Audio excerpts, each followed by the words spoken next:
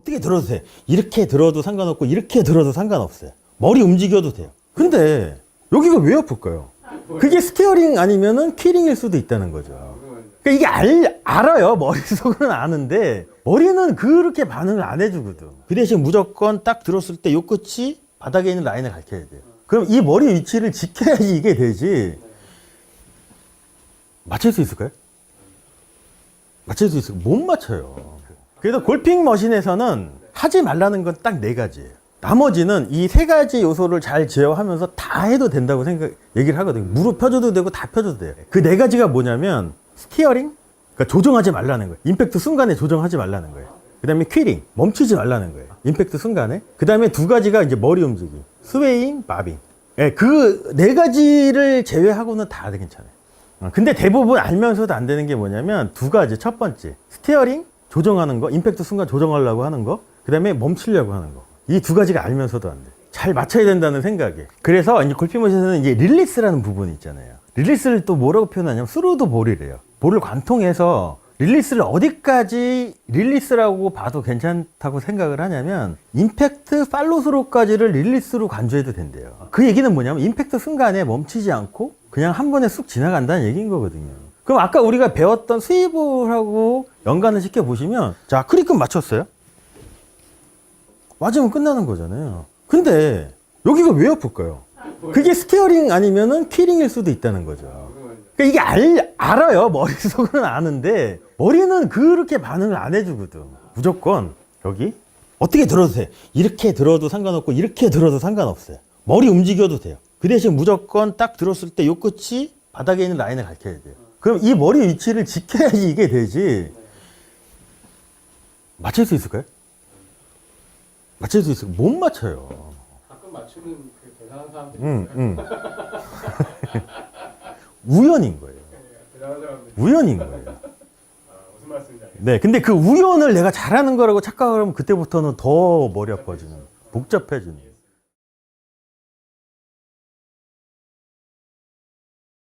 자, 그리고 이제 중요한 내용이 이제 이거예요. 깨끗한 픽업. 그래서 클럽 헤드가 이렇게 바닥에 닿지 않는다는 거에 대한 명확한 이해가 좀 필요하겠죠. 깨끗한 픽업이라는 건 뭘까요, 우리가? 요즘 그 트랙맨 데이터 용어로 따지면 스매시 팩터를 좋게 하려면 임팩트 순간에 클럽이 갖고 있는 에너지를 공한테 100% 다 전달을 해야 되겠죠. 근데 살짝 뒷땅을 치면 에너지를 어느 정도 뺏기는 걸 수도 있잖아요. 그러니까 그거에 관한 내용이에요. 클럽 헤드 아크가 지면에 닿기 전에 클럽 페이스는 볼을 치는 위치에 있어야 된대요. 클럽 헤드가 이 순간에는 닿아 있을까요? 아니면 약간 떠 있는 게 맞을까요? 떠 있는 게 맞겠죠.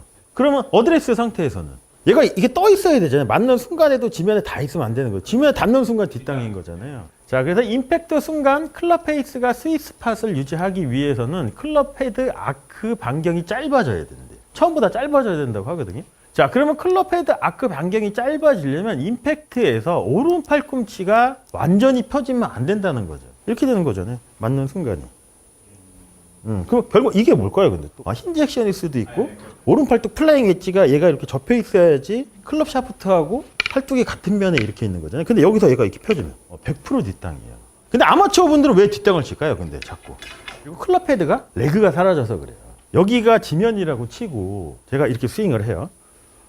벤트되고 레그가 설정이 돼 있죠. 그럼 레그가 설정이 된 상태로 내가 그대로 오른쪽이 공에 가까워지고 왼쪽이 이렇게 멀어지면 이 클럽 헤드는 바닥에 닿을 수가 없거든요. 근데 여기서 제가 똑같은 위치인데 오른 손목이 벤트에서 플랫으로 바뀌고 팔꿈치가 펴져 바뀌어요.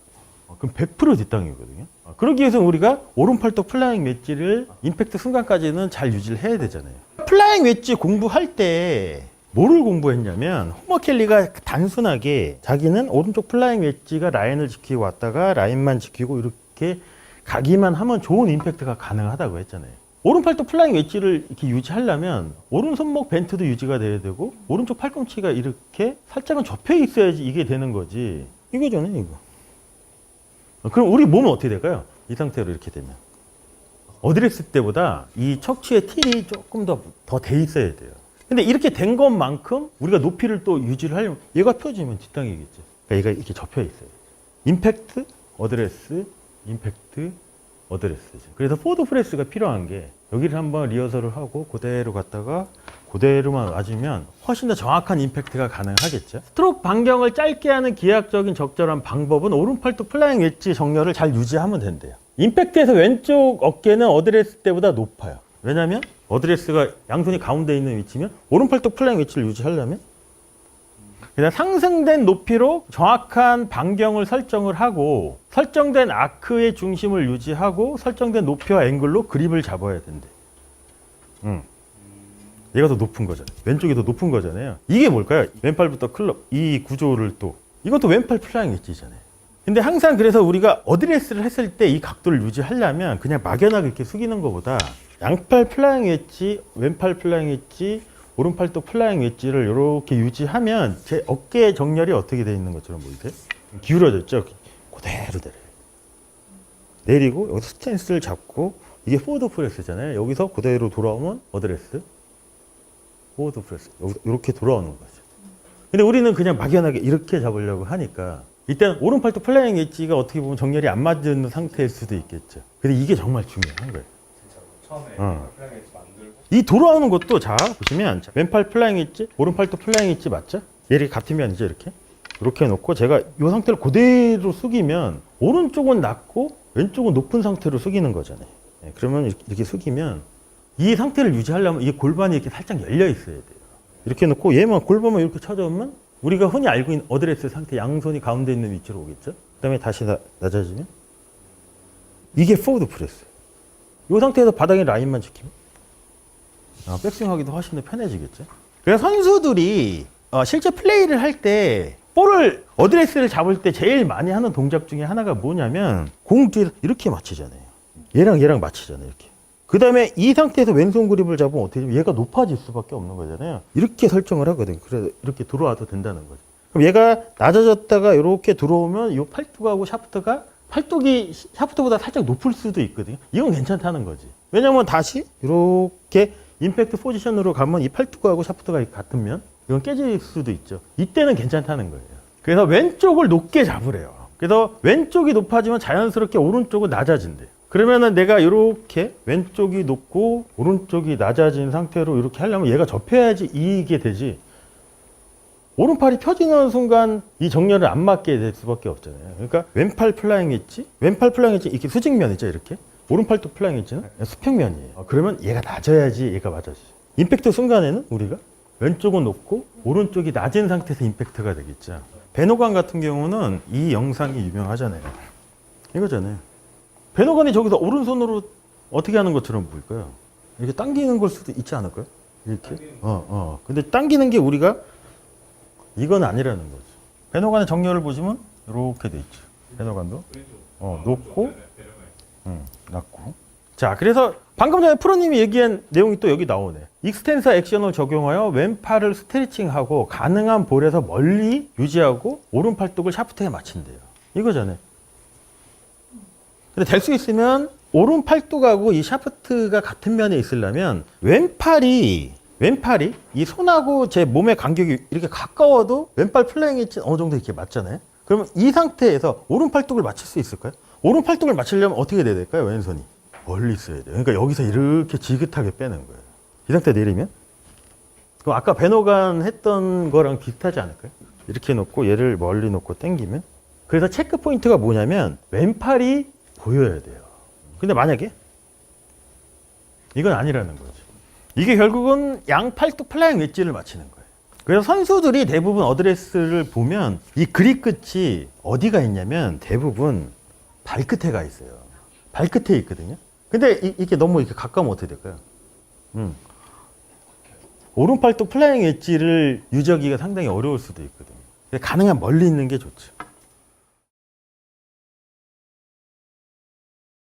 파워 패키지 5단계 중에 이제 스토레이지, 딜리버리, 이제 릴리스에 관한 내용인데 요것들은 다 이제 포함이 됐던 거예요. 스토레이지는 뭐냐면 파워를 저장을 해야 되잖아요. 내려올 때. 어떻게 하면 우리가 저장을 잘 할까요? 지금까지 공부했던 거를 이렇게 종합해 보면 내려올 때 저장을 잘 하려면 골프에 필요한 파워를 여기 프레셔 포인트 압력에 3번의 압력을 계속 유지하면 저장이 되는 거잖아요.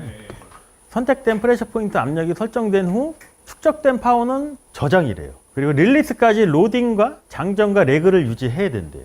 로딩이 뭐였죠? 로딩이? 3번에 장전을 하는 거잖아요. 여기 압력을 탁 거는 거. 레이코도 마찬가지겠죠. 이거를 릴리스까지 잘 유지를 해야 된다는 얘기인 거죠. 의식적 또는 무의식적으로 마스터할 때까지 파워 골프는 불가능하대요. 그러니까 여기 압력을 잘 유지하자는 거예요. 프레셔 포인트 3번의 압력을 잘 유지를 해서 여기까지만 오면 그때부터는 자동인 거잖아요. 근데 우리가 저장을 못하는 거는 왜 저장을 못할까요? 클럽 헤드로 자, 저장을 하는데 우리가 근육에 큰 힘이 필요할까요? 전혀 필요 없어요. 그래야지 부드럽게 되는 거예요. 여기 압력만 내가 계속 걸어주면 되는 거죠. 근데 그동안은 우리가 왜 안 됐을까요, 그게? 그게 안 된 이유. 내려올 때 세게 내리고 싶으니까. 노력이 파워라고 믿는 거죠. 손을 내가 이렇게 세게 내리거나 강하게 내리는 그 노력이 파워라고 믿으니까 이 스토레이지가 안 될 수도 있다는 얘기인 거죠. 자, 딜리버리는 이거죠. 앤드리스 벨트 구간이 직선 구간이 딜리버리죠. 이때도 우리가 제일 중요한 게 직선 구간에 내려오더라도 어디 압력을 가장 많이 느껴야 될까요? 그렇죠. 그래서 파워 패키지 딜리버리는 저장된 파워를 전달하는 거래요. 저장된 파워는 뭐냐는 거지. 여기. 네, 여기에요. 검지 여기 첫 번째 마디를 어떻게 할 거냐. 앤드리스 벨트와 에이밍 포인트에 의해 전달이 돼야 된대요. 근데 이런 걸 몰라요. 앤드리스 벨트도 모르고 에이밍 포인트를 모른다고 치면 이게 의미가 있을까요? 여기에 내가 이거를 느낀다고 하는 게 아무런 의미 없어요. 자, 릴리스. 릴리스는 파워 패키지에 사용된 모든, 요거 아까 봤었죠, 우리? 그래서 다운스트로크에서 임팩트에 대한 조정 없이 탑에서 피니시까지 적어도 팔로우 스트로크까지 원활하게 진행돼야 된대요. 작살 던지기를 하면 이렇게 하면 여기까지 그냥 원모션으로 가는 거잖아요. 그래서 릴리스는 임팩트 팔로우 스루를 포함하는 연속 모션이래요. 스루 더 볼로 표현하기도 한대요. 공을 내가 맞히는 게 아니고 공이 맞아주는 걸 수도 있다는 거죠. 이 표현이 정말 좋은 거예요. 지나가는 거예요. 공이 있는 데를 내가 이렇게 프레셔 포인트 3번의 압력을 유지를 하고 앤드리스 벨트와 에이밍 포인트를 향해서 이렇게 갔으면 이 클럽 헤드는 항상 일정한 길을 갈 수밖에 없잖아요. 클럽 헤드가 다니는 길에 공이 있으면 공은 어떻게 될까요? 맞는 거죠. 근데 우리가 공이 안 맞을 땐 어떻게 될까요? 그때부터는 맞히려고 하죠. 그래서 골핑 머신에서는 하지 말아야 되는 거 4가지를 제외하고는 다 해도 된다고 얘기를 하거든요. 그 첫 번째가 뭐냐면 임팩트 순간에 조정하지 말래요. 스티어링. 근데 두 번째가 뭐냐면 임팩트 순간에 멈추지 말래요. 퀴링. 그리고 세 번째가 머리 위치 스웨잉, 마빙을 하지 말래요. 스웨잉은 좌우로 움직이는 거겠죠. 이렇게. 그 다음에 마빙은 위아래로 움직이지 말라는 거겠죠. 그럼 내가 머리 위치를 지키고 라인을 지킬 때 오른쪽이 비켜주고 왼쪽이 가까워지고 그 다음에 여기서 조정이나 멈추지 않으면 좋은 스윙이 가능하다는 얘기인 거거든요.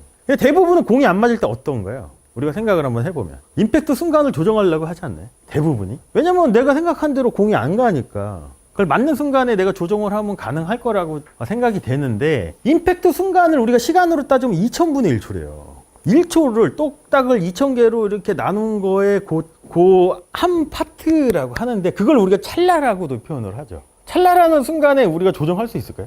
불가능해요. 그러니까 임팩트를 내가 조정한다는 거는 불가능에 도전한다는 걸 수도 있거든요. 근데 우린 자꾸 속잖아요. 조정하면 될 것 같고. 그렇지 않다는 거죠. 자, 그 다음에 패닝 모션이 됐으면 그 다음에 뭐냐면 오른팔뚝에 픽업을 해야 되겠죠. 자, 패닝, 그 다음에 픽업이죠. 자, 픽업을 하기 위해서는 우리가 알아야 되는 게 뭐냐면 3차원 임팩트 방향을 이해를 하셔야 돼요. 자, 백스윙을 우리가 이렇게 잘 들었다고 치고 이렇게 잘 들었어요. 패닝 모션과 픽업 모션에 의해서 잘 들었어요. 그럼 얘가 밑으로 임팩트로 내려가는 방향이 3가지 방향이 있대요. 어디냐면 첫 번째는 밑으로 내려와요. 그 다음에는 바깥으로 나가야 돼요. 그 다음엔 앞으로 가줘야 되겠죠. 그러니까 이 방향에 역순으로만 올라가면 내려오는 방향이 순차적으로 잘 맞을 수도 있다는 얘기인 거거든요. 그러면 다운의 반대가 뭘까요? 다운의 반대. 업. 아웃의 반대는? 인이죠. 올라갈 때는. 그렇죠. 업인? 이 클럽 헤드가 제가 위로 올라가고 안으로 들어가는데 왜 뒤로 갔을까요? 제가 얘를 뒤로 보냈을까요? 이렇게? 아니라는 거죠. 그래서 이 3차원 임팩트에서도 저 포워드 방향, 여기서 밑으로 내려오고 바깥으로 가고 마지막 이 앞으로 가는 거는 결과의 포스래요. 결과의 포스라는 얘기는 뭐냐면 내가 의도적으로 안 해도 자연스럽게 발생하는 걸 수도 있다는 얘기인 거거든요. 그게 뭐랑 비슷하냐면 시계추가 이렇게 움직여요. 얘를 이렇게 들었다가 얘를 탁 놓으면 요 체하점을 중심으로 앞으로 이렇게 가죠, 얘가? 근데 얘는 앞으로 왜 갔을까요? 얘가 이렇게. 중력에 의해서. 그럼 얘는 그냥 자동으로 밑으로만 내려가면 앞으로 가는 거는 자연스럽게 발생하는 거잖아요. 근데 골프 스윙에 있어서의 시계추는 이렇게 90도로 이렇게 돼 있는 게 아니고 항상 이렇게 기울어진 면에서 시계추 운동을 하겠죠. 이렇게 보시면 하나가 더 추가가 되겠죠. 안으로 들어가고 바깥으로 들어가는 게 하나가 더 추가가 되겠죠. 라인을 지키려면 안으로 위로 올라가면 얘가 뒤로 가요. 내려올 때도 밑으로 내려오고 바깥으로만 나가면 앞으로 가는 거는 내가 의도치 않게 얘를 이렇게 앞으로 안 보내도 내버려 놓고 적정한 타임에 라인을 지키기 위해서 오른쪽이 푸시가 되고 왼쪽이 풀이 되는 움직임이 되면 이 앞으로 가는 건 자연스럽게 해결이 될 수도 있다는 얘기인 거거든요. 그럼 백스윙 때도 마찬가지예요. 백스윙 방향은 이 역순인 거잖아요. 그러니까 다운의 반대는 업, 인, 백이잖아요. 뒤로 가는 거는 내가 위로 안으로만 보내면 이 클럽 헤드를 내가 굳이 뒤로 보내려고 안 해도 자연스럽게 갈 수도 있다는 얘기인 거죠. 근데 그동안 우리는 제일 많이 신경 썼던 게 뭔가요? 테이크어웨이일 때. 뒤로 보내려고 노력을 많이 하지 않았을까요? 올려야 돼요. 그래서 3차원 스타터, 테이크어웨이는 3차원 임팩트 역순으로 움직이면서 오른 팔뚝 픽업으로 클럽을 즉시 동시에, 그러니까 위로 안으로가 거의 동시에 된다는 얘기인 거예요. 여기서 패닝을 하면 이거 안으로 위로 가는 거는 자연스럽잖아요. 놓고 손이 여기 있어요. 이 위치를 이렇게 제가 지키고 여기서 패닝을 하면 처음보다 안으로 가고 위로 올라가겠죠. 이게 동시에 되면 뒤로 가는 거는 그냥 자연스럽게 될 수도 있다는 얘기예요. 근데 이걸 30cm를 똑바로 빼려고 하면 어떻게 할까요? 어느 방향을 제일 많이 신경 쓸까요? 이 세 가지 방향 중에. 업인 백 중에. 30cm 똑바로 빼. 어떤 프로님이. 뒤로 보내려고 하겠죠. 그럼 패닝이 될까요? 이렇게 뒤로 보내려고 하면? 안 돼요. 자, 그래서 클럽을 즉시 위로, 안으로, 뒤로 움직이면서 직선 베이스 라인을 추적하는 거예요. 근데 이것도 신경 쓸 게 없는 게 내가 오른 팔뚝으로 이 바닥에 있는 플레이 라인을 이렇게 유지하려고 하면 업, 인, 백이 자연스럽게 나올 수도 있다는 거죠. 그래서 3차원 모션의 느낌은 올리는 거래요. 그래서 픽업이거든요. 여기서 팔뚝을 이렇게 픽업을 하는 거잖아요. 그리고 내려올 때는 이 팔뚝이 다시 이렇게만 내려오면 되겠죠. 내려오는 걸 몸이 방해만 안 하면 되겠죠. 이 움직임에 내 몸의 다른 부분이 그냥 방해만 안 하면 된다는 거죠. 자, 그 다음에 픽업을 또 이제 뭐랑 붙여서 생각하셔야 되면 오른 팔꿈치의 액션이에요. 여기서 액션은 팔꿈치가 뭔가를 한다는 얘기인 거잖아요. 자, 팔꿈치가 할 수 있는 건 뭐가 될 수 있을까요? 백스윙 때. 그거밖에 못해요. 팔꿈치 접히는 건 액션인 거잖아요. 자, 그래서 보시면 오른 팔꿈치를 접고 펴는 것은 오른 손목을 벤트하거나 플랫하거나 코킹하지 않고 오른 손목을 이렇게 뭐 이거 하지 않고 왼팔을 올리고 내리고 또는 왼손목 콕이나 엉콕을 할 수 있대요. 팔꿈치가 여기서 패닝 모션 이후에 팔꿈치가 이렇게 접히면 왼팔을 올리는 역할도 하고 왼손목 코킹하는 역할을 한대요. 그럼 얘가 제자리를 찾아오려면 다시 팔꿈치만 라인을 지키면서 바닥에 있는 라인을 지키면 얘만 펴주면 왼팔이 붙어 있다고 치고 제자리를 찾아오는 게 훨씬 더 쉬워질 수도 있죠. 그래서 오른 팔꿈치 액션 3차원 임팩트 세 가지 요소의 파워를 만들고 제어한대요. 그러니까 3차원 업인 백이면 내려올 때 다운, 아웃, 포워드 방향은 팔꿈치가 접혔다가 펴지면 다운, 아웃이 자연스럽게 될 수도 있다는 얘기인 거죠. 오른 손목 벤트에 의한 클럽 샤프트와 오른 팔뚝의 인라인. 이거를 우리가 다른 말로 표현하면 뭘까요? 오른 손목 벤트에 의한 클럽 샤프트와 오른 팔뚝의 인라인. 이렇게 되어 있는 거예요. 오른 팔뚝 플라잉 웨지예요. 이건 다른 말로 바꾸면 오른 팔뚝 플라잉 웨지로 바꿀 수도 있겠죠. 오른 팔뚝 플라잉 웨지는 클럽을 볼에 전달하는데 절대적으로 중요한 역할을 한대요. 그렇겠죠. 팔뚝이 왔다가 가면 제자리를 찾아오니까. 자, 그래서 이제 왼손목이 회전과 함께 버티컬, 여기가 턴이고 여기 스퀘어가 찾아온 게 버티컬이죠. 그럼 버티컬 위치에서 벗어나면 그때부터는 얘가 계속 롤이 되는 게 아니고 그때부터는 뭐냐면 턴에서 버티컬로 찾아왔어요. 그 다음부터 얘가 계속 돌아가는 게 아니고 그때부터는 왼쪽이 계속 풀이 되는 거죠. 이 움직임에 의해서 클럽이고 왼팔은 진행을 해주겠죠. 그러면 그 나중에 또 이제 반대쪽 라인을 지키려면 이 왼팔뚝이 어떻게 움직여야 되냐면 자, 여기서 스퀘어가 되고 그 다음에 오른쪽이 푸시가 되고 왼쪽이 풀이 되고 라인을 이렇게 지키기 위해서는 왼팔뚝이 이게 시계 반대 방향으로 몸이 틀어지는 시계 반대 방향 위에서 같이 회전을 해줘야 되거든요. 이거를 이제 스위블이라고 표현을 해요. 근데 이거를 오해하는 게 뭐냐면 여기서 롤이라고 하니까 얘가 이렇게 지면을 보면 안 된다는 거죠. 그래서 이거는 우리가 해보면 간단해요. 자, 우리가 백스윙 때 몸의 움직임은 어느 방향으로 움직일까요? 오른쪽 뒤쪽으로 이렇게 빠지면 결국 회전적인 관점에서 볼 때는 시계 방향으로 이렇게 움직이겠죠. 임팩트 이후에 피니시로 넘어갈 때는 시계 반대 방향이에요. 그러면 몸이 시계 반대 방향으로 움직이면 양팔이 얘는 수동적이니까 몸이 시계 반대 방향으로 움직이면 얘도 한 템포 늦게 시계 반대 방향으로 움직여야 되겠죠. 그러면 우리가 이 왼팔을 시계 반대 방향으로 이 팔뚝을 회전을 시키면 팔꿈치가 어떻게 될까요? 얘가 팔꿈치가 내가 이렇게 접으려고 안 해도 자연스럽게 시계 반대 방향으로 이렇게 회전을 하면 팔꿈치가 접히죠. 오른팔을 백스윙 방향인 시계 방향으로 얘도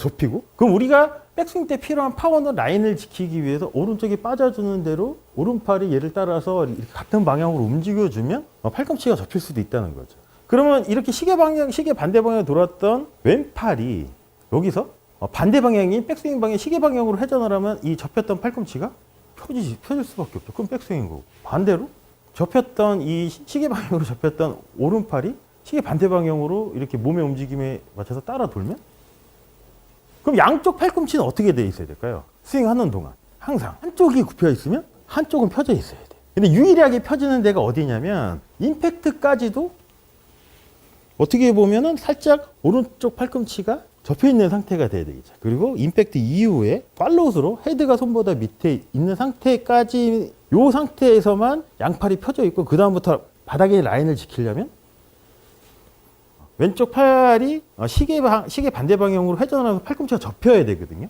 근데 이거에 대한 또 아마추어 분들의 오해? 왼팔을 계속 펴야 된다고 생각하시는 분들이 상당히 많죠. 그것도 어떻게 보면 별로 안 좋은 걸 수도 있다는 거죠. 그러면 골프에 필요한 파워도 내가 왼팔을 팔로우스로 이후에 계속 피려고 하는 그 생각이 어떻게 보면 속도를, 골프 스윙에 필요한 파워에 대한 속도를 더 저하시키는 역할도 할 수 있다는 게, 속도라는 게 여기서 떨어져서 나서 얘가 더 많이 움직이잖아요. 이렇게 더 많이 올라가야지 어떻게 보면 이동 거리가 많은 거죠. 근데 그 역할을 뭐가 해주냐면, 임팩트 턴에서 버티컬 위치로 가고 스위블 동작에 의해서 팔이 회전을 하면서 그냥 내버려 두면 클럽 헤드가 많이 움직여지잖아요. 근데 이거를 내가 왼팔을 계속 펴야 된다는 생각을 갖고, 그러면 클럽 헤드가 왼팔을 제가 인위적으로 계속 필 때는 여기밖에 없지만 자연스럽게 스윕을 하게 내버려 두면 훨씬 더 많이 이동을 했죠. 그럼 과연 골프에 필요한 파워는 어느 게 더 크냐는 거죠. 그리고 그것도 생각해 보셔야 돼요. 왼팔이 펴져야 되는 데까지는 어디에서 펴져야 되냐는 거지. 어디까지일까요? 사실상 우리가 필요한 왼팔이 펴져야 되는 구간은 골프 스윙에서 임팩트 때 스윙 아크의 길을 가장 길게 쓰기 위해서 펴져야 된다고 하는 거지, 계속 피는 건 아니겠죠.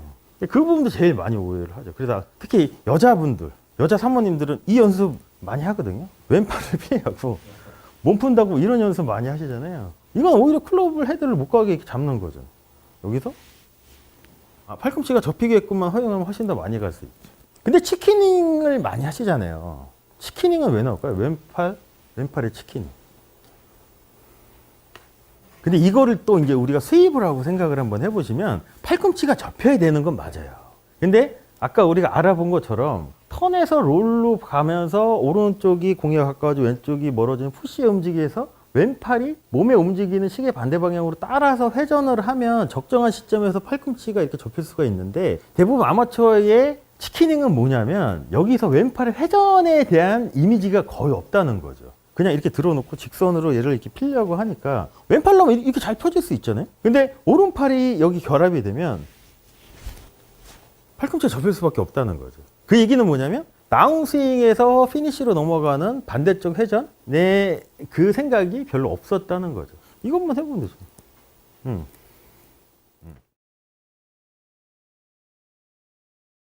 자, 양방향으로 지속해서 클럽은 업앤백으로 움직이고, 내려올 때는 다운앤아웃으로 움직이고, 임팩트 이후에는 다시 업앤인으로 천천히 부드러운 모션을 사용해야 된대요. 자, 클럽이 저렇게 움직이면 어떻게 하면 잘 할 수 있을까요? 그렇죠. 바닥에 있는 라인만 가리키면, 잘 유지하면, 자, 백스윙 때 클럽 헤드가 있다고 치고 라인을 잘 지키면 위로 올라가고 안으로 가고, 내려올 때도 라인을 잘 지키면 다시 밑으로 내려가고 바깥으로 나가죠. 그리고 앞쪽 라인을 또 잘 지키려면 다시 위로 올라가 줘야 되고 안으로 들어가는 게 자연스럽게 해결이 되겠죠. 자, 그래서 베이징 모션은 스트로크 구성 요소를 변경하지 않고 움직일 수 있는 상수 역할을 한대요. 하는 선택된 모션이래요. 이 라인을 지키는 것만 잘하면 나머지는 쉽게 해결될 수도 있다는 얘기인 거거든요. 자, 그걸 할 때 좀 주의해야 될 게 요 밑에 내용이에요. 자, 첫 번째를 보시면 스트로크 중에 임팩트에 대한 조정을 절대로 하지 말아야 된다고 얘기를 하거든요. 조정하는 사람은 무능한 사람이면 무능한 결과를 만들 것이라고 호모킬리는 얘기를 했어요. 왜 임팩트에 대한 조정을 하지 말라고 했을까요? 할 수 없으니까. 맞아요. 할 만큼의 시간이 없잖아요. 근데 우리가 정렬을 잘 맞추고 바닥에 있는 라인을 여기 지키고 여기를 지키면 자연스럽게 임팩트는 잘 나올 수도 있겠죠. 근데 우리가 그런 경험 하잖아요. 내가 어떻게 스윙했는지 모르는데 공이 이렇게 비교적 잘 맞는 느낌. 그때를 비추어서 생각을 한번 해보면 임팩트 순간 아무것도 안 했거든요.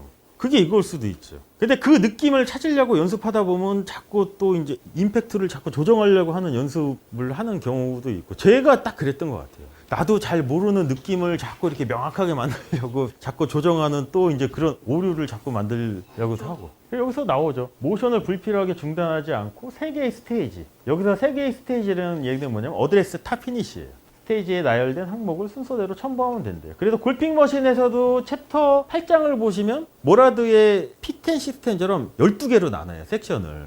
그게 어드레스 타 피니시 동안 그게 자연스럽게 연속적으로 나와야 된다는 거죠. 그래서 아마도 그 이제 맥 오그레이디 같은 경우도 골핑 머신에 많이 심취했던 사람이라 그거를 좀 참고했던 것 같아요. 자, 그리고 싱글 또는 숏 절차, 시리즈 절차를 먼저 볼 없이 해야 된대요. 그 다음에 볼을 놓고 실행하고 트라이어드를 포함한 아무튼 저거를 준수해야 된다고 하는데, 자, 저 얘기는 뭐냐면 골핑 머신의 그 시스템 중에 트라이어드 시스템이라고 있었잖아요.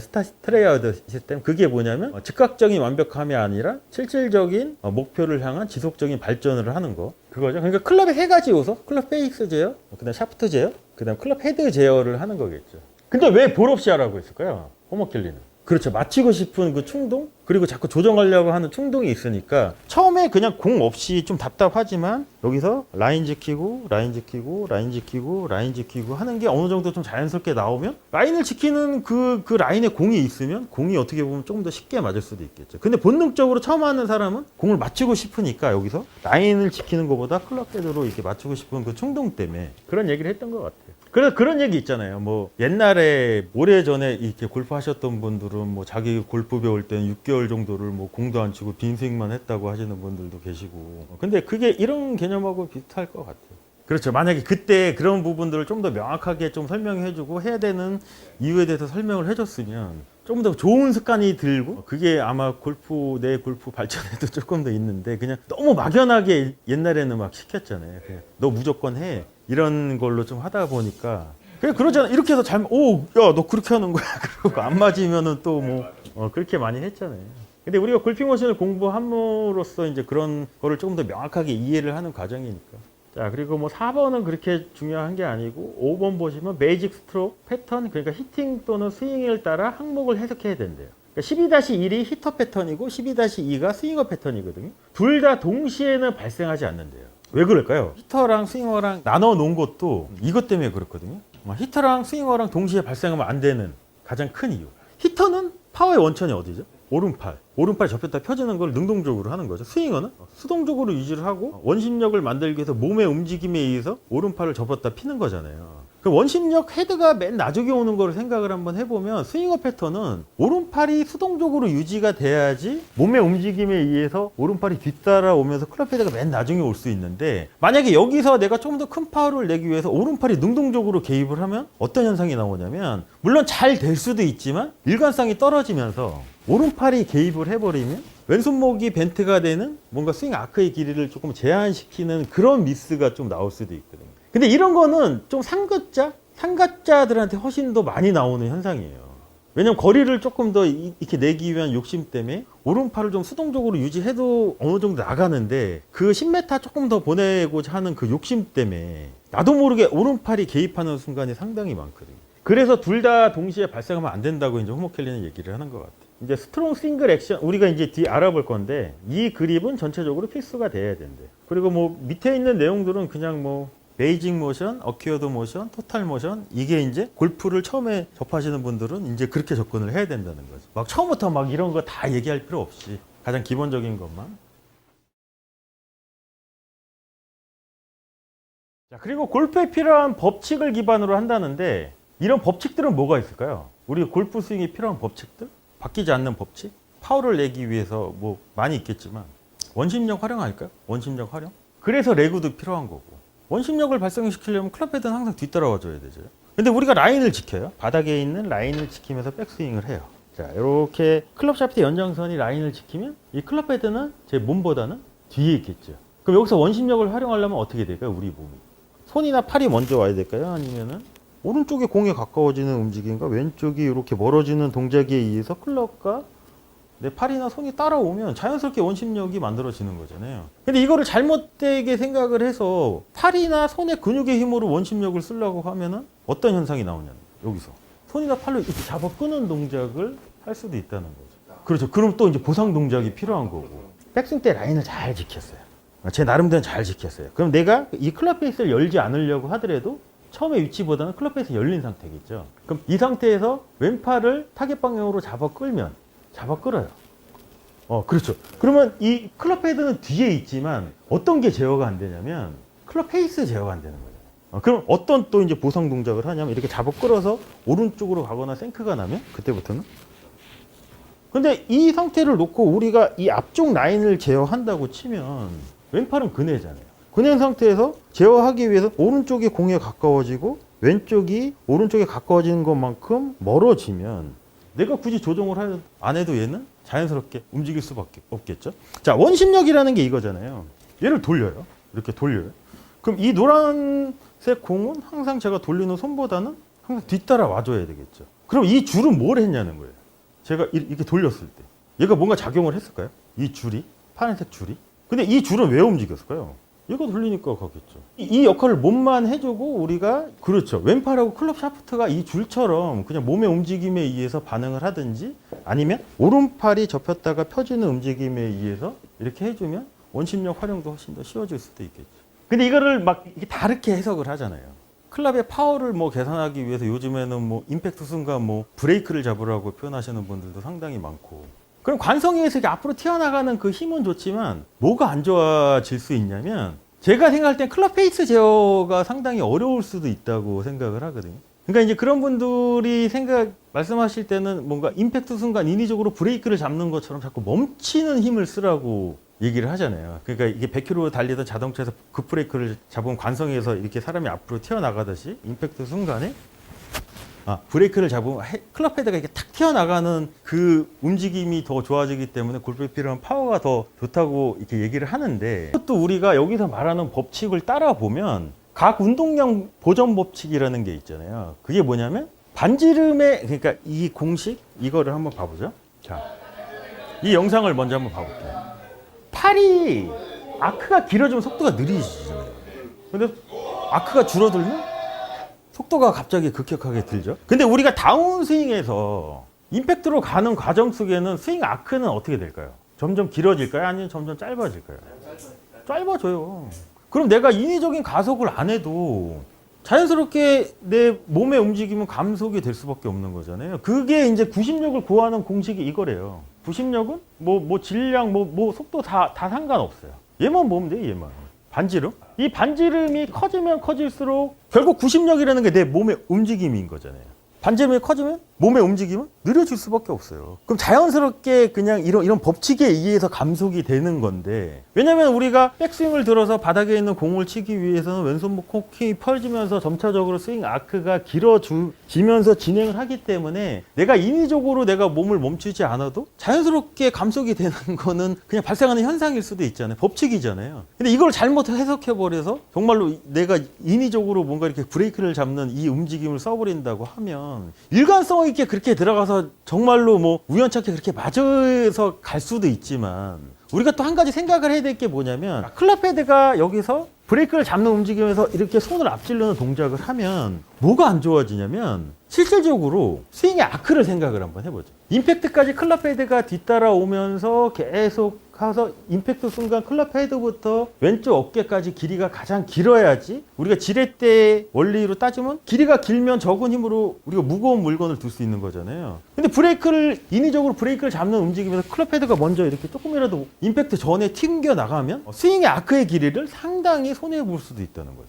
자, 그러면 우리가 아이언이 한 클럽 이 반이지잖아요. 반이지. 그러면 여기서 만약에 우리가 그 동작을 조금 일관성이 없게 해서 임팩트 순간 왼손목, 손목이 벤트가 돼서 꺾인다고 치면 이만큼의 길이를 손해보는 거잖아요. 이건 몇 클럽이나 될까요? 클럽 수로 따지면 1cm가 거의 한 클럽인데 어마어마한 클럽일 수도 있어요.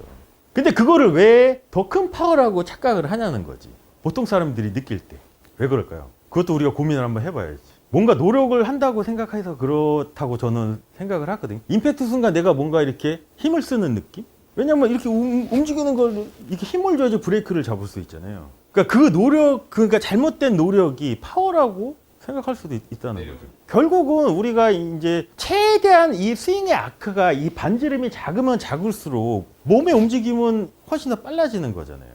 근데 이거를 조금 오해하는 경우가 뭐냐면 그렇다고 내가 이 반지름의 아크를 줄이기 위해서 왼손목에 코킹을 힘을 줘서 유지하는 건 아니라는 거죠. 그래서 골핑 머신에서는 왼손목에 코킹을 만드는 거는 오른쪽 팔꿈치가 이렇게 접히면 코킹이 만들어지고 접혔던 팔꿈치가 펴지면 왼손목의 코킹이 풀리면서 스윙 아크를 결정을 해주는 거잖아요. 근데 스윙을 생각 한번 해봤을 때 백스윙을 우리가 오른쪽 팔꿈치 접히는 움직임에 의해서 왼팔과 왼손목에 코킹이 됐다고 치면 이 상태에서 우리가 이 끝이 바닥에 있는 라인을 지키기 위해서 진행을 하겠죠. 그때 이제 백스윙하고 마찬가지로 오른쪽이 멀어져야지 이 라인을 지키듯이 앞쪽 라인을 지키려면 이번에는 이 끝이 이렇게 향할 때 오른쪽은 공에 가까워지고 왼쪽이 멀어지면 이 라인을 지키는 게 가능하겠죠.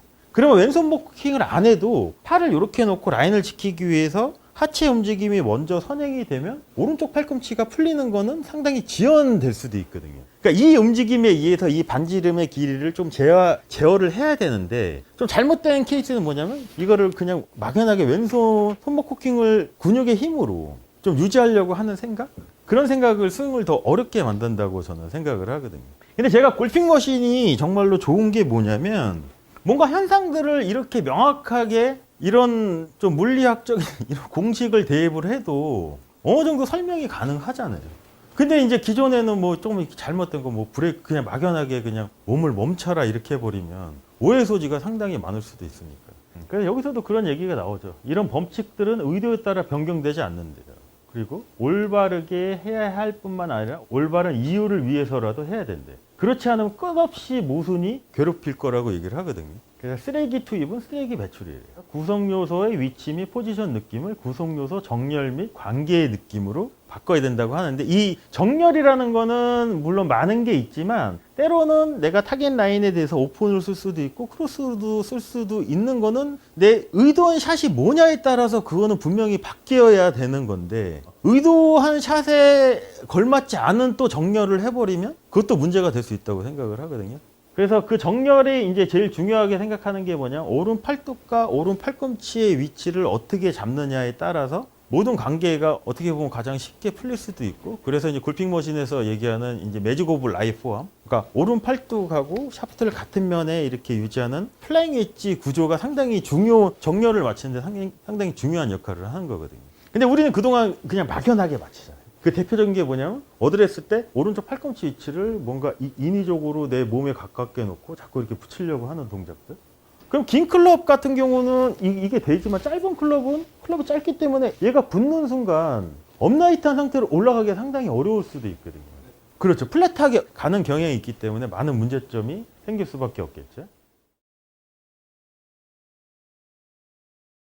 포워드 프레스라는 단어를 한번 생각을 한번 해보죠. 포워드, 앞쪽으로 압력을 가하라는 얘기인 거잖아요. 그럼 우리가 그립을 이렇게 잡은 상태에서 오른손 프레셔 포인트 3번에 앞쪽으로 압력을 가하면 어떻게 될까요? 얘는 약간 롤이 되겠죠. 그러면 얘가 결국은 이렇게 미는 거잖아요, 앞쪽으로. 오른손으로 앞쪽으로 압력을 가하면 왼쪽 골반은 밀려야 되겠죠. 그때 왼쪽은 최대한 좀 버텨주는 느낌이 들면 왼쪽은 버티지만 왼쪽은 전체적으로 높은 상태가 될 수도 있겠죠. 배너가 하는 포워드 프레스를 할 때 최대한 왼손목 벤트를 최대한 유지하고 이 하체만 가는 느낌으로 해준 거잖아요. 그 얘기는 뭐냐면 얘가 펴지면 펴질수록 얘도 빠질 수 있으니까 얘는 최대한 여기서 버텨주는 거죠. 근데 오른손만 놓고 같이 빠져주면 훨씬 더 테이크어웨이 동작도 훨씬 더 쉽게 만들어지고 정확한 테이크어웨이가 가능하니까. 그 다음에 포워드 프레스를 보시면 임팩트 위치로 바디를 스트로크 패턴별로 이동시켜 임팩트 시 모양과 느낌을 확인하는 거래요. 저 포워드 프레스를 다른 말로 바꾸면 뭐로 바꿀 수 있을까요? 골핑 머신에 쓰는 용어로 한번 바꿔보면 임팩트 픽스일 수도 있어요. 어드레스 위치는 스타트업 전에 잠시 돌아온 후 조정된 어드레스 위치의 장점을 유지한다.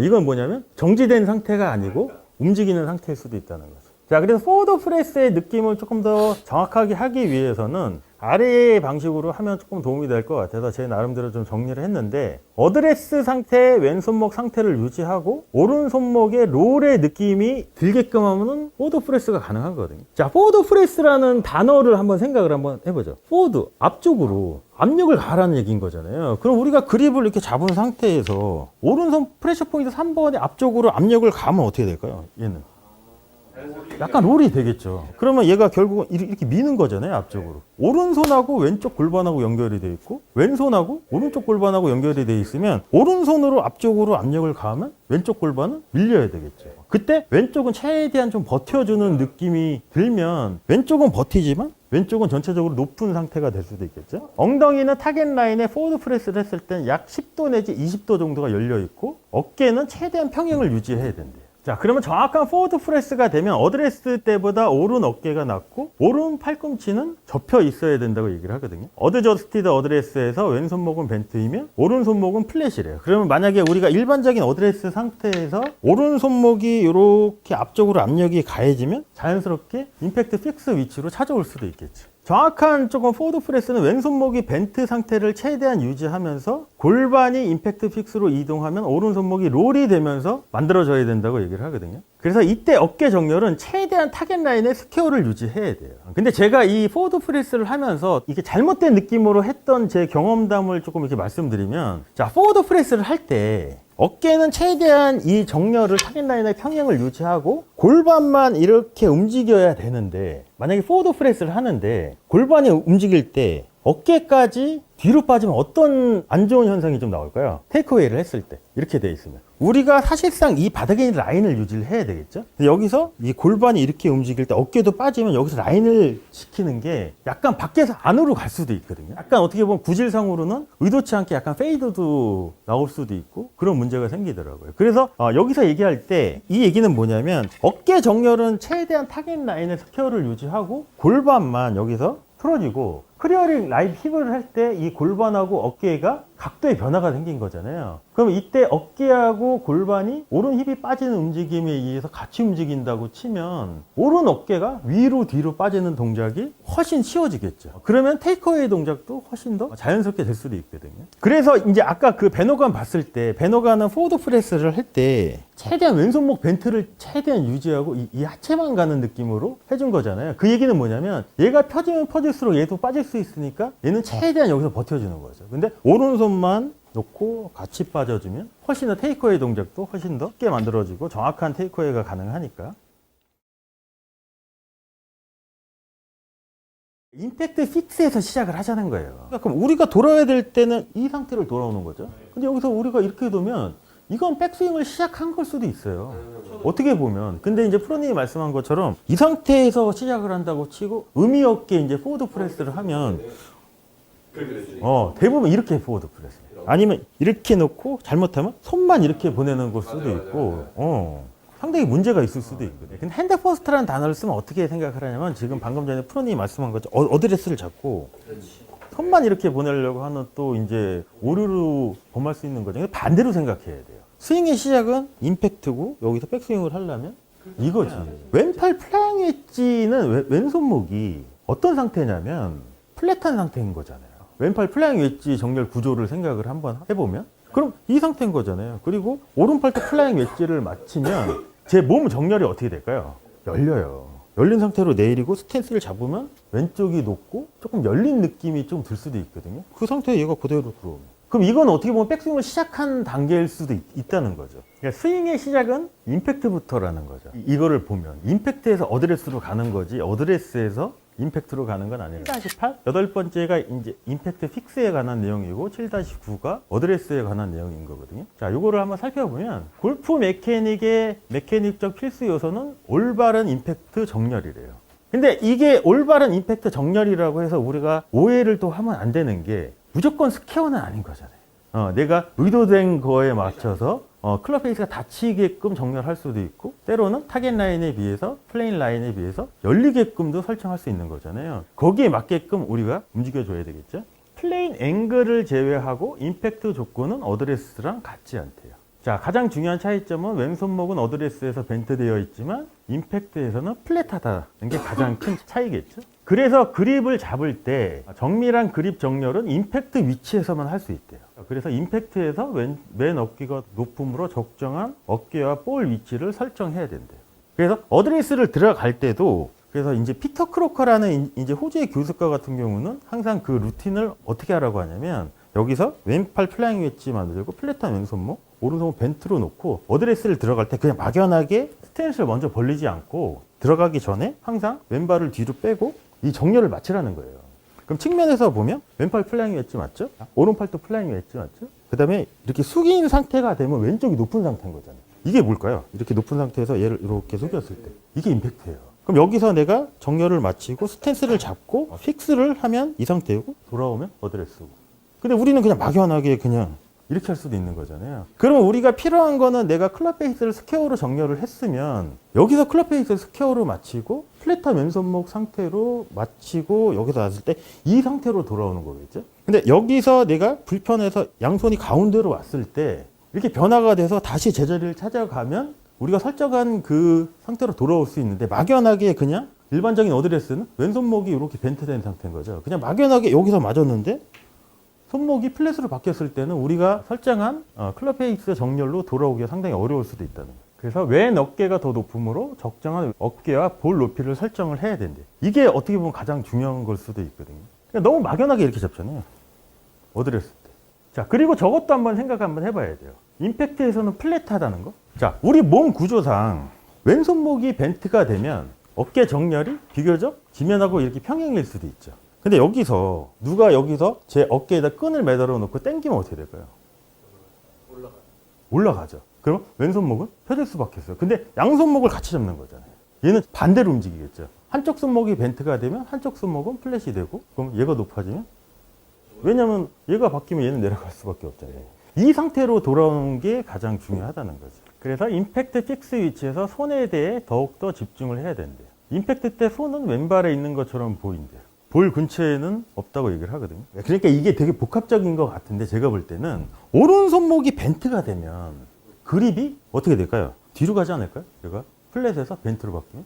근데 여기서 공이 맞을 때는 그럼 손의 위치가 바뀔 수밖에 없잖아요. 그러니까 왜곡이 나올 수 있어요. 골핑 머신에서도 그거를 이제 프로님이 말씀하신 것처럼 그거를 방지하기 위해서 그러니까 임팩트 픽스에서 시작을 하자는 거예요. 그러니까 그럼 우리가 돌아야 될 때는 이 상태로 돌아오는 거죠. 근데 여기서 우리가 이렇게 두면 이건 백스윙을 시작한 걸 수도 있어요. 어떻게 보면. 근데 이제 프로님이 말씀한 것처럼 이 상태에서 시작을 한다고 치고 의미 없게 이제 포워드 프레스를 하면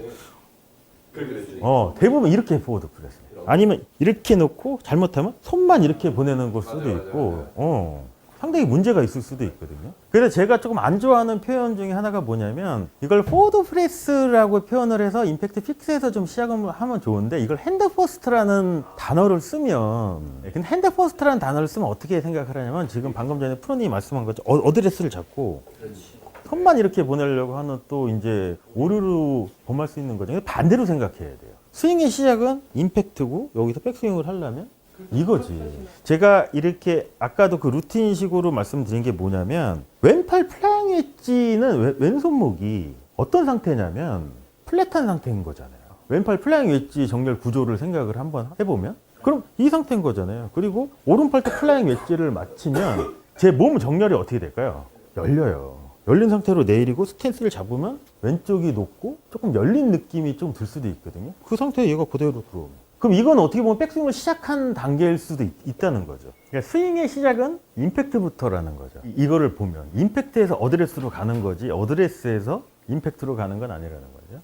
그래서 이 디테일한 게 이렇게 나와 있어요. 근데 우리가 조금 더 구체적으로 알아보셔야 될 게 뭐냐면 이 상태. 여기에 이제 임팩트 상태인 거죠. 포워드 프레스에서 바디는 임팩트 픽스 상태래요. 그럼 어떻게 될까요? 어깨하고 골반 정렬이. 임팩트 픽스가 되면 여기서 이 골반은 살짝 왜냐면 이거를 우리가 이제 보면 우리가 이렇게 상체를 숙이지 않는 상태에서 당기면 이 골반이 움직이지 않지만 상체를 숙이고 스파인 앵글을 이렇게 설정을 하고 여기서 왼쪽이 높아지면 왼손목이 플랫하면 왼쪽은 높아지는 거잖아요. 그럼 이 골반이 자체적으로 어떻게 되냐면 살짝 타겟 라인에 비해서 열릴 수도 있다는 거죠. 그래서 골핑머신에서는 대부분의 회전은 직선의 움직임으로 만들어지잖아요. 그럼 이것도 마찬가지예요. 여기서 임팩트 픽스에서의 내가 바디의 이 조건을 살펴보면 왼쪽이 높아지는 거잖아요. 높아지는 건 위로 높아지는 거죠. 그럼 우리 몸을 사용해서 높일 수 있는, 왼쪽을 높일 수 있는 경우의 수를 생각해보면 어떻게 하면 높아질까요, 여기서? 왼쪽 무릎만 펴주면 되지 않을까요? 그러면 이 왼쪽 무릎이 펴지는 영향을 받아서 이 골반이 뒤로 빠지는 거지. 이거를 프로님 말씀한 대로 이렇게 놓고 이 힙을 돌려버리면 그걸 반대로 생각을 하는 거죠. 근데 이게 어떻게 보면은 받아들이는 학생 입장에서는 느낌은 다양할 수 있어요. 어떤 사람은 이렇게 놓고 오른쪽이 이렇게 무릎이 굽히면 이 동작이 자연스럽게 나오는 경우도 있고 어떤 사람은 왼쪽 어깨가 이렇게 높아지는 경우도 있고 근데 이거를 오해의 소지는 뭐냐면 회전으로 이걸 만들려고 하다 보면 스핀아웃이 될 수도 있죠. 그럼 얘도 같이 빠질 수도 있으니까 그리고 손도 임팩트 상태래요. 왼손목은 어떤 상태일까요? 플랫. 오른손목은 벤트. 이게 일반적인 상태고 그리고 또 밑에 나온 스페셜이라는 게 있거든요. 바디는 임팩트 픽스래요. 근데 손은 어드레스 상태라고 얘기를 하거든요. 이때는 또 어떤 상황일까요? 좀 이런 거를 좀 조합을 한번 해보면 좋을 것 같아요. 바디는 임팩트 픽스인데 손은 왼손목은 벤트고 오른손목은 플랫이에요. 그럼 여기서 제가 생각할 때는 이건 언제 쓰면 좋냐면 조금 짧은 숏게임을 할 때 완전히 짧은 칩샷 말고 뭐 20m, 30m 정도 되는 여기서 바디는 살짝 열려 있어요. 손은 벤트에 있어요. 그럼 여기서 오른손목만 이렇게 벤트가 되면 플랫한 왼손목, 벤트 오른손목을 찾아오는 거잖아요. 그럼 이 상태에서 그냥 팔꿈치가 이렇게 펴지면 약간 중장거리 그러니까 뭐 20에서 50 사이의 거리는 이게 맞을 수도 있다는 거죠. 그래서 뭐 10m, 15m 이런 거 상당히 어렵게 생각하잖아요, 학생들이. 그때는 제가 볼 때는 이 패턴도 나쁘지 않거든요. 그래서 그 느낌이 뭐냐면 임팩트 픽스라는 게 왼쪽이 높아지는 거예요. 왼쪽 골반을 이렇게 밀어도 어떻게 보면 왼쪽이 높아지는 거죠. 근데 손은 가운데에 있어요. 여기서 벤트만 이렇게 시켜놓고 팔꿈치만 이렇게 펴면 좀 짧은 거리의 숏게임을 할 때는 이 패턴도 나쁘지 않다는 거죠. 그리고 하프 앤 하프. 바디는 스탠다드래요. 왼쪽이 높지 않은 상태. 그리고 손은 이번엔 반대로 임팩트 픽스 상태가 이제 이렇게 하라고 하거든요. 이때는 또 언제 쓰면 좋을까요? 이 상태가 되는 거는. 임팩트 픽스. 짧은 칩샷 같은 경우는 여기서 말한 대로 바디는 어드레스 상태를 놓고 손을 이렇게 놓고 그냥 이 팔뚝만 라인을 지키고 라인만 지키고 훨씬 더 편할 수도 있겠죠. 그러니까 한 가지 패턴이 아니라는 거예요. 내가 의도된 샷에 따라서 임팩트 픽스도 여러 가지가 있을 수 있다는 거죠. 이 압력을 유지하려면 얘가 이렇게 각이 져 있어야지 풀리면 안 되는 거잖아요. 근데 대부분 이렇게 오해를 많이 하거든요. 왼팔하고 클럽이 어떻게 보이나요? 이렇게 보이나요? 직선으로 보이지 않나요? 근데 똑같은 거를 측면에서 보면 이렇게 직선이 아니지 않나요? 이렇게 클럽 샤프트를 이렇게 연장을 하면 이렇게 V자 쉐이브가 이렇게 만들어지죠. 디셈버 스윙을 이제 가장 오해하는 경우가 뭐냐? 클럽 샤프트하고 왼팔이 어떻게 돼 있나요? 지금 이렇게 보면 일직선인가요? 일직선이면은 샤프트는 여기 있는데 팔뚝은 여기 있어요. 왼팔은 여기 있어요.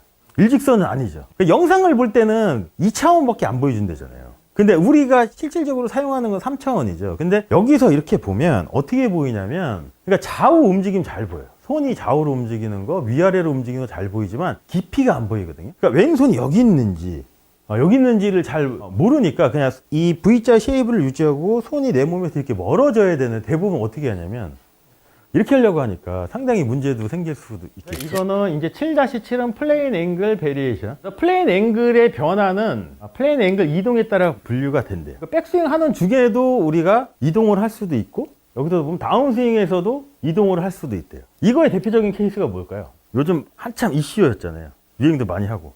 맞아요. GC예요. 찰로잉이라고 하잖아요. 이렇게. 그래서 GC 패턴을 보면 올라갈 땐 약간 업라이트하고 올라갔다가 내려올 때 이것도 플레인 앵글의 변화를 주는 거겠죠. 그리고 때로는 백스톱 탑에서 이동이 이루어질 수도 있대요. 근데 가장 유용하게 쓰는 건 뭐냐면 엘보랑 턴더 숄더 플레인 앵글 기준점만 유용하게 사용할 수 있다고 얘기를 하거든요. 여기서도 이제 보는 게 뭐냐면 오른 팔뚝을 여기에 맞추는 게 가장 중요한 거예요. 엘보 플레인에 맞추려면 오른발이 뒤로 빠지면 빠질수록 얘는 플랫해지는 거고, 아니면 이 상태에서 맞추려면 왼손이 생각하는 것보다 조금 이렇게 멀리 뻗으면 자연스럽게 되는 거잖아요. 그럼 이 팔뚝도 자연스럽게 클럽 샤프트랑 이렇게 일치할 수가 있잖아요. 그럼 이 상태 그대로만 라인만 지키면 훨씬 편하겠죠. 그래서 모든 플레인 앵글 이동 중 클럽 샤프트는 플레인 라인을 유지해야 됩니다. 그리고 이상적인 임팩트를 위해 릴리스 하려는 플레인 앵글에 맞춰 탑에서 클럽 샤프트를 배치해야 된다고 얘기를 하거든요. 이동이 가능하다는 거죠. 근데 이제 골핑 머신에서 가장 이상적인 거를 제로 시프트예요. 이동 없이 백스윙을 하고 그대로만 내려오면 좋다고 얘기를 하거든요. 그러면 요 손이 생각하는 것보다 조금 더 내 몸에서 멀어지면, 디셈버 같은 경우가 이 패턴을 쓰는 거잖아요. 그러니까 이렇게 조금 과장되게 보이는 것처럼 이 손이 내 몸에서 이렇게 멀죠. 그러면 이 디셈버 스윙했을 때 이 그립 끝을 이렇게 비교해보면 다른 프로들보다 훨씬 더 끝이 발에서 이렇게 멀어져 있는 현상을 볼 수가 있거든요. 이게 뭘까요? 이 빨간 선이 어떻게 보면 턴드 숄더 플레인 앵글이지 않을까요? 여기서 아까 우리 그 베이직 스트로크 모션 했을 때 오른 어깨가 위로 뒤로 빠지는 움직임에 의해서 왼팔이 움직인다고 치면 얘만 위로 뒤로 빠지면 얘도 자동으로 맞을 수밖에 없겠죠. 스트로크에서 변형 없이 하나의 베이직 플레인 앵글을 사용하는 게 이제 제로 시프트이죠. 그래서 이거는 턴더 숄더 플레인 앵글을 사용하여 스트로크 중 플레인 앵글을 변화를 주지 않는 거죠. 자, 그래서 디셈버 스윙 어드레스를 보고 제일 오해를 하는 게 디셈버가 손이 머니까 클럽 샤프트하고 왼팔이 어떻게 돼 있나요? 지금 이렇게 보면 일직선인가요? 일직선이면은 샤프트는 여기 있는데 팔뚝은 여기 있어요. 왼팔은 여기 있어요. 일직선은 아니죠. 근데 이거를 오해할 수 있는 게 뭐냐면 왼쪽 사진을 한번 봐볼게요. 왼팔하고 클럽이 어떻게 보이나요? 이렇게 보이나요? 직선으로 보이지 않나요? 근데 똑같은 거를 측면에서 보면 이렇게 직선이 아니지 않나요? 이렇게 클럽 샤프트를 이렇게 연장을 하면 이렇게 V자 쉐이브가 이렇게 만들어지죠. 디셈버 스윙을 이제 가장 오해하는 경우가 뭐냐? 손이, 그러니까 이게 결국은 어큐뮬레이터 3번의 앵글인 거잖아요. 아까 우리가 왼팔에 힘 빼는 것도 여기 압력 유지하고 여기 압력을 유지하려면 얘가 이렇게 각이 져 있어야지 풀리면 안 되는 거잖아요. 근데 대부분 이렇게 오해를 많이 하거든요. 이건 아니거든요. 근데 이거는 보이는 시각에 따라서 오해할 수도 있죠. 영상을 볼 때는 2차원밖에 안 보여준다잖아요. 근데 우리가 실질적으로 사용하는 건 3차원이죠. 근데 여기서 이렇게 보면 어떻게 보이냐면, 그러니까 좌우 움직임 잘 보여요. 손이 좌우로 움직이는 거, 위아래로 움직이는 거 잘 보이지만 깊이가 안 보이거든요. 그러니까 왼손이 여기 있는지를 잘 모르니까 그냥 이 V자 쉐이브를 유지하고 손이 내 몸에서 이렇게 멀어져야 되는, 대부분 어떻게 하냐면 이렇게 하려고 하니까 상당히 문제도 생길 수도 있겠죠. 베노간도 이걸 되게 강조하잖아요. 이 앵글을 유지해라는 거. 자, 근데 제일 많이 쓰는 패턴이 또 요 두 가지예요. 싱글 시프트랑 더블 시프트. 자, 싱글 시프트는 뭐냐면 처음에는 백스트로크가 어디서 시작이 되냐? 백스트로크 중 엘보 플레인 앵글에서 턴드 숄더 플레인 앵글로 이동이 한번 높아진대요.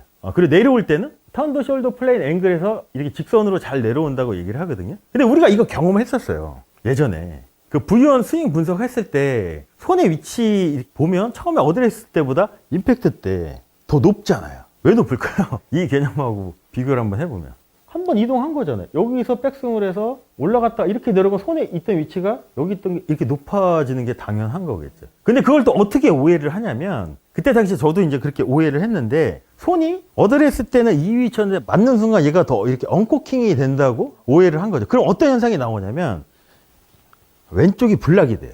근데 사실상 이거는 손이 여기 있다가 백스윙 할 때는 엘보 플레인에서 이쪽으로 갈 수 없으니까 한번 높아지죠. 높아진 상태에서 여기서 다이렉트로 이렇게 내려오면 처음의 앵글보다도 훨씬 더 손이 높아질 수도 있겠죠. 근데 영상을 찍어보면 프로들 중에 높아지는 사람이 대부분이에요. 타이거즈도 높아지고 어니엘스도 높아지고 뭐 다 높아져요. 같은 위치에서 임팩트가 되는 사람도 있거든요. 그게 이제 대표적인 게 누구냐? 베노간, 그리고 가르시아. 왜 그럴까요? 그걸 이제 더블 시프트라고 얘기를 하거든요. 백스트로크 중 싱글 시프트로 이렇게 한번 이동하고 내려올 때도 다시 엘보 플레인으로 복귀한대요. 어떻게 하면 이렇게 할 수 있을까요? 프로님이 다 아세요, 이거. 어떻게 하는지. 샬로잉 되면 이렇게 돼요. 이 두 가지 패턴을 제일 많이 써요, 프로들 중에서. 근데 가장 이상적인 건 아까처럼 이제 제로 시프트를 하는 거고. 그럼 여기서 샬로잉이 되면 어떻게 될까요? 여기서 높았던 게 여기서 플레인 앵글이 이렇게 플랫해지면 이 라인을 유지하려면 왼쪽이 비켜주는 양이 많아야 되잖아요. 그러니까 얘가 극단적으로 많이 몸에 움직여줘야 돼요. 그럼 파워적인 면에서는 상당히 좋을 수도 있겠죠. 근데 웨지는 이게 좋을까요? 안 좋아요. 상당히 문제가 됐어요. 아까도 봤잖아요. 엘보 플레이는 짧은 샷에서는 피해야 된대요. 이게 베노간이에요. 베노간은 이 패턴을 써요. 그래 베노간도 자꾸 여기서 스피네이션을 하라는 게 이게 이렇게 되는 게 뭐냐면 손으로 얘를 이렇게 만든 게 아니고 내려올 때 베노간의 그 스윙 플레인을 보면 올라갈 때보다 더 낮아야 된다고 얘기를 하죠. 그러면 이 플레인 앵글이 클럽 헤드가 여기 있던 게 더 낮아져요. 이렇게. 그럼 어떻게 되냐면 얘가 더 벤트가 더 많이 되죠. 그리고 왼손목은 더 플랫이 돼요. 그 상태에서 라인을 지키기 위해서 오른쪽에 공에 가까워지고 왼쪽이 멀어지려면 자연스럽게 스피네이션 동작도 자연스럽게 발생할 수밖에 없겠죠. 근데 베노간이 모든 스윙을 할 때 스피네이션 동작으로 공을 친 건 아니거든요. 베노간은 훅을 되게 싫어했잖아요. 그래서 이제 스윙을 바꾼 게 백스윙 탑에서 왼손목을 이렇게 벤트로 유지를 이렇게 하면 아까 우리가 그립을 봤을 때 이렇게 하면은 이 상태를 그대로 유지하면 다치는 걸 어느 정도 억제를 시킬 수 있으니까 그러니까 일반적인 페이드 샷을 칠 때는 스피네이션 없이 그대로 이 상태를 유지하려고 노력을 했고 뭔가 이제 드로우나 뭔가 이렇게 거리를 요할 때는 여기서 얘를 폈대잖아요. 왼손목 이렇게 꺾였던 거를 얘를 폈다고 하거든요. 얘를 피면 어떻게 될까요? 이 플레인 앵글이 더 누운 거죠. 그럼 플레인 앵글 이동 있는 거잖아요. 이때 이 그립 끝이 바닥에 있는 플레인 라인을 가리키는데 왼쪽만 비켜주면 자연스럽게 회전량도 많아지고 파워도 훨씬 더 세질 수도 있겠죠. 그거를 한 것 같아요. 베노간이. 임팩트 픽스가 뭐냐면 내가 의도한 샷에 맞는 임팩트를 리허설을 하고 그 다음에 어드레스로 이제 시작을 하라고 홈켈린 얘기를 하는데 어드레스하고 임팩트는 엄연히 몸의 위치가 틀려지겠죠. 임팩트 때 왜 이런 모양이 나올까요? 대부분 선수들이 다 비슷하잖아요. 이런 몸에 변화가 생기잖아요. 어드레스 때보다. 왜 왼쪽이 높고 왜 왼손목이 플랫하고 오른손목이 벤트가 되는 임팩트에서는 왼쪽이 높고 오른쪽이 낮죠. 어드레스 때는 왜 왼손목이 벤트에서 플랫으로 바뀔까? 제가 이렇게 왼손목을 벤트 상태로 이렇게 놨는데 누가 여기다 제 어깨에다 끈을 매달아 놓고 얘를 당기면 얘는 플랫으로 바뀌겠죠. 근데 놓으면 그래서 여기서 포워드 프레스를 하더라도 오른쪽이 조금 더 낮아지고 왼쪽이 조금 더 높은 느낌을 좀 받으면은 아무래도 임팩트를 한번 리허설 할 수도 있고 오늘은 구성 요소 중에 이제 임팩트 픽스에 대해서 한번 알아볼게요. 골핑 머신에서는 스윙을 12가지 섹션으로 나오잖아요. 8장에 나오는 거. 처음에 뭐 바람 체크, 뭐 클럽 체크. 그냥 처음 시작이 뭐냐면 임팩트 픽스부터 시작을 하라고 얘기를 하거든요. 임팩트 픽스가 뭐냐면 내가 의도한 샷에 맞는 임팩트를 리허설을 하고 그 다음에 어드레스로 이제 시작을 하라고 홈켈린 얘기를 하는데 왜 홈켈린은 임팩트 픽스를 스윙의 처음이라고 정의를 했을까요? 그 이후부터 우리가 좀 생각을 한번 해봐야 되겠죠. 일반적인 어드레스 상태랑 임팩트 상태를 우리가 생각해 보면 몸의 위치가 동일할까요? 어드레스 한 상태에서 임팩트가 될까요? 다르죠. 결국은 일반적인 어드레스 때는 골반 스퀘어, 어깨 스퀘어, 양손 비교적 내 몸 가운데에 있지만 임팩트 때는 골반도 어느 정도 열려 있고 어깨도 어느 정도 열려 있고 손도 가운데가 아니고 왼쪽으로 좀 치우쳐지죠. 그래서 이거를 한번 리허설을 한번 해보는 게 훨씬 더 좋은 골프 스윙이 가능하다고 해서 홈켈리는 스윙의 시작을 임팩트 픽스부터 해야 된다고 얘기를 하거든요. 때로는 할 수도 있고 때로는 안 할 수도 있어요. 그런 걸 우리가 좀 구분해서 좀 생각을 한번 해보면 좋을 것 같아가지고 자 그래서 결국은 이거겠죠. 이렇게 보시면 어드레스하고 임팩트는 엄연히 몸의 위치가 틀려지겠죠. 임팩트 때 왜 이런 모양이 나올까요? 대부분 선수들이 다 비슷하잖아요. 이런 몸에 변화가 생기잖아요. 어드레스 때보다. 왜 왼쪽이 높고 왜 왼손목이 플랫하고 오른손목이 벤트가 되는지에 대해서 근본적인 걸 우리가 한번 생각을 한번 해보죠. 왜 대부분 이렇게 나올까요? 그렇죠. 클럽 디자인도 영향이 있고 그래서 우리가 기악 공부했을 때 이 플랫한 왼손목이 골프 스윙에 차지하는 비중이 상당히 높잖아요. 왼손목이 플랫해지면 왼쪽 어깨부터 클럽 헤드까지의 길이가 가장 길어질 수 있고 왼손목이 플랫한 상태로 임팩트로 접근을 하면 클럽 헤드는 항상 손보다 내 몸보다 뒤따라 오기 때문에 헤드가 뒤에 있고 손이 앞에 있는 상태로 오른쪽이 푸시가 되고 왼쪽이 풀이 되면 임팩트 순간까지도 샤프트가 앞으로 이렇게 기울어진 상태가 될 수도 있잖아요. 그러면 아이언이나 이런 클럽 같은 경우는 로프트가 훨씬 더 디로프팅 될 수 있는 효율적인 스윙도 가능하고 또 한 가지가 뭐냐면 머신 컨셉에 의해서 왼팔은 근의 개념으로 처음 클럽을 플랫한 왼손목으로 비교적 스퀘어 클럽 페이스로 이렇게 잡은 상태에서 왼팔과 클럽이 몸의 다른 부분에 의해서 찾아오면 비교적 우리가 스퀘어 클럽 페이스를 유지하는데도 훨씬 더 유리하겠죠. 그래서 이 동작을 리허설을 한번 해보자는 차원에서 이제 골핑 머신에서는 스윙의 시작을 임팩트 픽스라고 얘기를 하거든요. 이렇게 완벽하게 임팩트 상태를 만드는 게 아니고 작은 리허설 정도라고 생각을 하시면 돼요. 그래서 선수들 같은 경우는 이거를 또 이제 비슷한 동작을 대부분 하잖아요. 어떤 동작을 할까요? 스윙을 하기 전에. 그렇죠. 예, 그래서 그걸 뭐 이제 우리는 트리거라고 표현도 하고 또 때로는 포워드 프레스라는 동작으로 그걸 표현하기도 하죠. 얘를 정확하게 찾아오기 위해서 이제 한번 리허설을 하는 게 임팩트 픽스의 정의라고도 할 수 있겠죠. 임팩트 픽스의 정의는 이렇게 돼 있어요. 골프 스트로크의 메커니적 필수 요소는 올바른 임팩트 정렬이래요. 이거를 위해서 우리가 스윙을 하겠죠, 결국은. 클럽 샤프트 앵글을 제외하고 임팩트 조건은 어드레스와 같지 않대요. 아까 우리가 사진에 본 것처럼. 근데 아무리 손이 여기서 가운데 있던 손이 앞으로 간다고 하더라도 이렇게 샤프트 앵글, 이렇게 기울어진 이 앵글은 변화가 없겠죠. 그렇기 때문에 우리 몸이 이렇게 바뀌는 걸 수도 있거든요. 근데 만약에 얘가 임팩트 픽스에 얘가 이렇게 된다거나 이렇게 변경이 되면 제자리를 찾아올 수 있는 확률이 상당히 어려울 수도 있잖아요. 어드레스랑 임팩트의 가장 중요한 차이는 왼손목은 어드레스에서 벤트되어 있지만 임팩트에서 플랫하게 바뀐다는 거. 그래서 그립을 잡을 때 우리가 그립 타입이나 그립 베이직 했을 때도 항상 골핑 머신에서는 그립을 설정을 하는 거를 그냥 막연하게 벤트된 왼손목을 잡고 여기서 스퀘어로 맞추는 게 아니고 항상 플랫한 왼손목을 여기서 이제 스퀘어 클럽 페이스가 필요한 거잖아요. 그럼 여기서 플랫한 상태로 클럽에 따라서 웨지일수록 앞으로 기울어진 양이 많으면 이 상태로 이렇게 잡고 이 상태로 돌아오는 게 필요하겠죠. 근데 여기서 만약에 가운데로 들어오면 로프트의 변화가 어느 정도 또 그게 만들어질 수도 있잖아요. 근데 만약에 그냥 막연하게 여기서 잡는 게 아니고 그냥 여기서 스퀘어를 잡았다고 치면 임팩트 때 우리가 설정한 클럽 페이스로 돌아올 수 있는 확률이 상당히 적어질 수도 있으니까 그래서 항상 골핑 머신에서는 그립은 항상 임팩트 상태로 그립을 잡으라고 항상 얘기를 하거든요. 그래서 정밀한 그립 정렬은 임팩트 위치에서만 할 수 있대요. 그리고 임팩트에서 맨 어깨가 더 높음으로 적절한 어깨와 볼 높이를 설정해야 된대요. 자, 근데 임팩트에서는 왼쪽이 높고 오른쪽이 낮죠. 어드레스 때는 왜 왼손목이 벤트에서 플랫으로 바뀔까요? 플랫에서 벤트로 바뀌잖아요. 몸의 움직임 때문에 그럴 수도 있어요. 그러니까 저는 이걸 어떻게 생각을 하냐면 제가 이렇게 왼손목을 벤트 상태로 이렇게 놨는데 누가 여기다 제 어깨에다 끈을 매달아 놓고 얘를 당기면 얘는 플랫으로 바뀌겠죠. 근데 놓으면